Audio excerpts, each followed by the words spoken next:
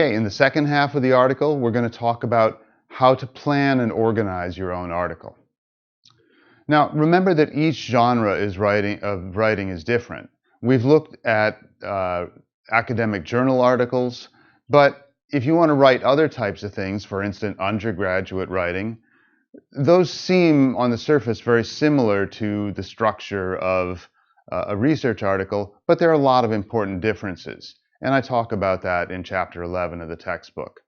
Similarly, different types of graduate writing, research proposals, conference papers, they all have a similar structure to what we've looked at, but somewhat different.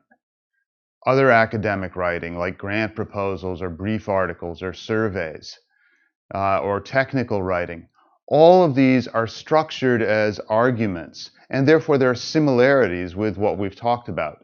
But they have slightly different components. And so again, the textbook can guide you through some of those differences. Even job applications or presentations or email should be structured as arguments. And again, you can find information on all of those in other chapters. So let's look at how you would sketch out your argument, no matter what you're trying to write. First, you need to obtain exemplars. If you're doing research articles, we've already done that. But if you're looking at any of the other genres, try to find an example that you can use just as we looked at in chapter 1. And then look at the organization and structure of those exemplars to figure out the overall organization. And then look at what the main claims and components are. And remember that these may be slightly different in different genres. And then what's used for support of those claims. And again, there's more information on those chapters of different genres in the text. And then try to figure out why the authors used a particular sequence and whether that's suitable for your own writing. And then if you have different exemplars of the same thing, I suggest looking at least 3 so that you get a broad picture of what's expected in the field. Choose the one that is written the best or closest to your own work to use as an example for your own writing. And then outline the argument structure. That's what we're going to show you how to do from chapter 19. And these principles can be used for any kind of writing, no matter what you're working on. So this is the argument structure outline for a research article. And it's based on one of our examples that we looked at in the textbook. And you can see that we have the length of each division and the types of components and the number of citations in each one. You could also look at the number of graphics, whatever is important for your type of writing, and make a list so that you have an idea of what your overall goal is for your writing. Now I'm going to have the TAs show you how they did this for their own writing, for articles that they have written in their fields based on what they learned in this course. This is the structure of the manuscript that I've been working on. We can see that the whole structure of the article is really close to the original structure of IMRD. And we can see the words part. Because of using extended style in the result and discussion division, the words in this division is much more than other 3 divisions which choose for condensed style. And now we can see the citations number. We can see that most of the citation that we gathered in the introduction division. And the most and biggest difference compared to the original structure is that we put several of the citations in the result and discussion division. The reason is that we believe putting citations during the explanation can support the results of the experiment, which makes the readers will get more information while reading the articles. Hi, this is the outline of my journal article I have wrote, and this is IPTC, right? And as you can see, my title is quite common, is with which the Gerry have say. We have the introductions and conclusion as a standard. We have the general and specific title. And for the covers, as you can see here, we have the winner as a process division. They get 1,500. for the components, it's quite common here. We have the important needs and research goal introductions, and quite the same for the same as the testing and conclusions. But for the process, I have a little bit difference because we have the framework show up in the middle of the process, because in my article we have two research goals. So from these ones is the beginnings of the second part of my research goal. And for the citations, yeah, as well, we have a lot of number in the introductions, especially in needs, and we have some in the research goal. And for the framework, we also have some.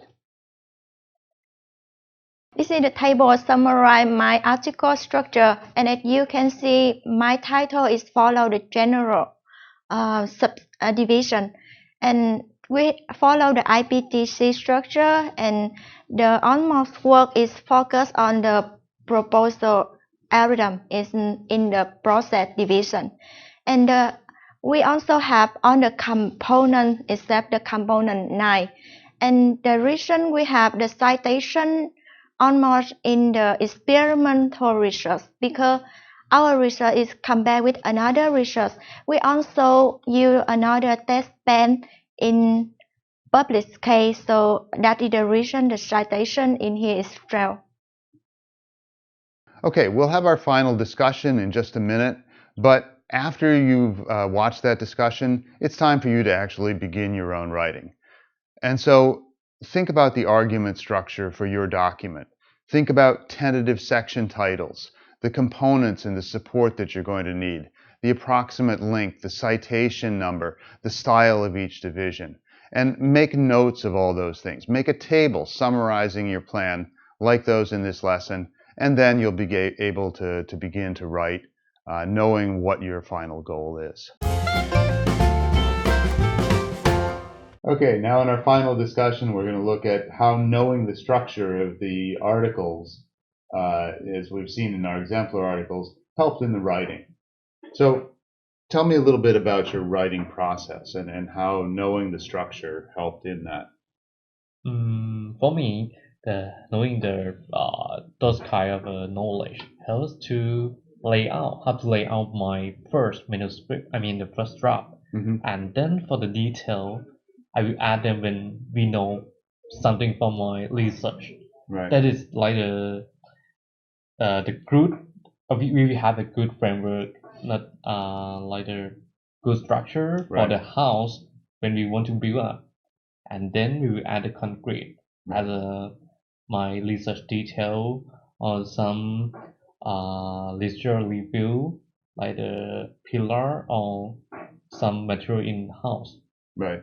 So it's you don't write from the beginning to the end. You sort of lay out the overall structure, and then you build piece by piece different parts of it.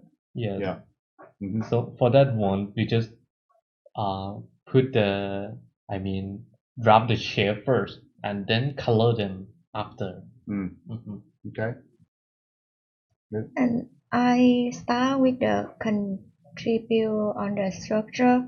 So the first, I will put every subsection and section in the draft, and then I write as much as I can for everything. And after that, so I will summarize which one is more important, which one no need, and then I look at the component and also the research detail and everything we have learned in our course, and then what we should to modify and rewriting again and again. So one paper is a lot of time to rewrite. Yeah, that's what a lot of graduate students starting this process don't realize, how much time it takes to rewrite after the first writing.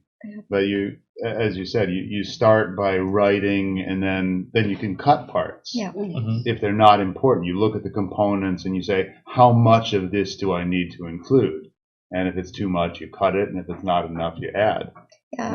We can also swap the location of the paragraph. It's not really in there, and I can swap it in another location. Right, something that makes more sense to the reader. Yeah. Okay. Wendy? In my case, after this course, then I know that before writing, I sort of like I have to like have a big amount of research, like to find the most related structure to my topic.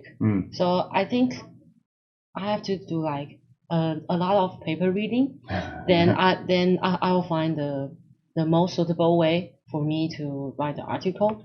So I will know that how much paragraph I should spend on each division. Right. Like how much citations or how much details that I should put inside my article. Right. Yeah, that's the purpose of the outline that we did today is to tell you, okay, if you have all of your exemplars have 3 paragraphs and you only have 1, you need to add. Or if you have 7, you need to cut. Yes. Yeah. Yes. Right. Like we set a goal before real writing. Right. Yeah, you set the goal. Exactly. That's what this whole lesson is about. Okay. So what else do you want to tell our viewers before we end here? Any other suggestions from your writing or things that you've learned in the process of this? I think don't have to be afraid of like writing from nothing. Because if there's nothing, that means that you have many things to write. So just write whatever that you think should be on the paper. Then after you write anything, then you can just choose what you want. Okay, yeah. I've suggested that to my students many times, that it's easier to write more and then cut than to write less and then add. It's like if a shirt is too big, you can easily trim it down. But if it's too tight, you can't add a piece in without really destroying the shirt. Yes. So it's much easier to write more and then cut out the less important parts. Yeah. Okay. Other suggestions? Okay, let me first. Okay. I often afraid of encounter the blank paper when I start writing. So I just suggest the viewer that don't afraid to type the first word. You just write what you to even the wrong grammar you just write first. Right. Yeah, as Wendy have said, you just write a lot of material first, even it's unwanted or unnecessary, and then cut up you want. Right. Yeah. Another thing is the citation. I remember citation is very important. If you cite the article is published, it's fine. But if you cite the link of the article or the link of the like PPT of someone, you should to figure out the online available. Right. The problems with copyright in a lot of cases, and how you cite it, and whether it's a permanent link or not. I mean, there's a lot of things when you deal with a website. Yeah. How do you keep track of all those citations? And you got 50 articles there. How do you keep track of things? You had a suggestion on that? Because I have to read like 3 to 5 papers once a week. So I will like have many categories, like this is for the materials, this is for the introduction, this is for the explanation. Right. So I will have like categories, all the citation. So when I'm writing, if something is similar to the citation that I will find and just cite into, if there's too much, then I'll just cut it. But if the citation is not enough, I will find a new one. Yes. Just pull from your file. Yeah. Yes. Right. Yeah. And have to make sure that the citations cannot be like too old. Yeah. Yes. Right. Yeah. So you always work with the newest citations, especially in engineering. Yes. Okay. Good. So any final comments for our viewers before we quit? Don't wear pink when recording. Unless it's the right pink. Yes. Light pink. Light pink doesn't work. Yeah, we learned a lot about the recording process, and we hope that you have enjoyed the process as much as we have. And continue writing and continue asking questions. Interact with other people, because that helps you to write better. So, okay. Thanks for participating. Just do it. Bye-bye. Bye.